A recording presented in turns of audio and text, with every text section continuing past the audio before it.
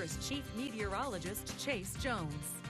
Well, Haley is really harping on how cold that weather was, and I have my eyes pointed out to the west for more of it, where it could make its way in, but it's not looking very likely, at least this week. Now, beautiful temperatures as we kick off sort of the second week of April, and we're on the countdown to Easter. Take a good look at these temperatures over the last 24 hours, all the way down near that freezing mark, and then we made a good 40-degree run up into those lower 70s, and by tomorrow it will be as if none of it had ever happened, while those overnight lows settle somewhere in those 60s by the weekend.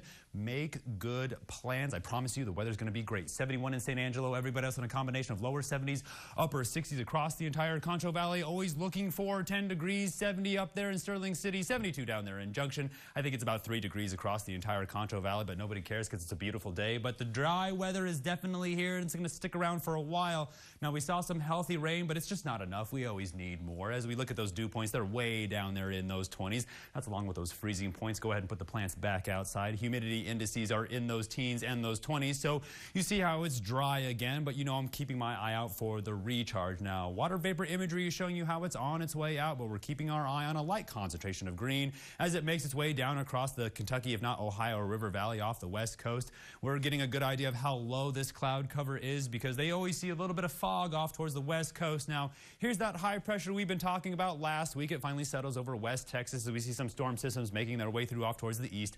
There is the cutoff low I have my eye on. Let's go ahead and talk about this, Haley. That might be a little bit of cold air. We see this cutoff low, at least this low pressure system making its way towards the Great Lakes. So off towards the west, that long wave trough, as soon as this system reaches the same pressure level as this system, we could see something pretty nasty make its way across the panhandle. But I'm keeping my eye on it. Water vapor imagery is showing you how everything is slowing down behind this high pressure, and it's sort of building up a whole lot of potential energy as they deal with another round of snow off the west coast. We're keeping our eye on the cutoff low as it starts to push down towards the south. We take you into severe weather outlook because it's part of the west coast and a little bit off the east coast, and they're still seeing some of the problems where the end result was that snowstorm, at least the cold weather. You can see those winter weather alerts off towards the east, but off towards the west you see again that moisture slowing down off the west coast. That cloud cover building in pretty quickly. Take a good look at the future cast. Now watch this fog build down across the west coast of California. We're going to keep our eye. That's our cutoff low. That's our cold weather. More snow making its way across the Rocky Mountains. There's that light concentration of green we were seeing earlier in the week, and down here in the Concho Valley,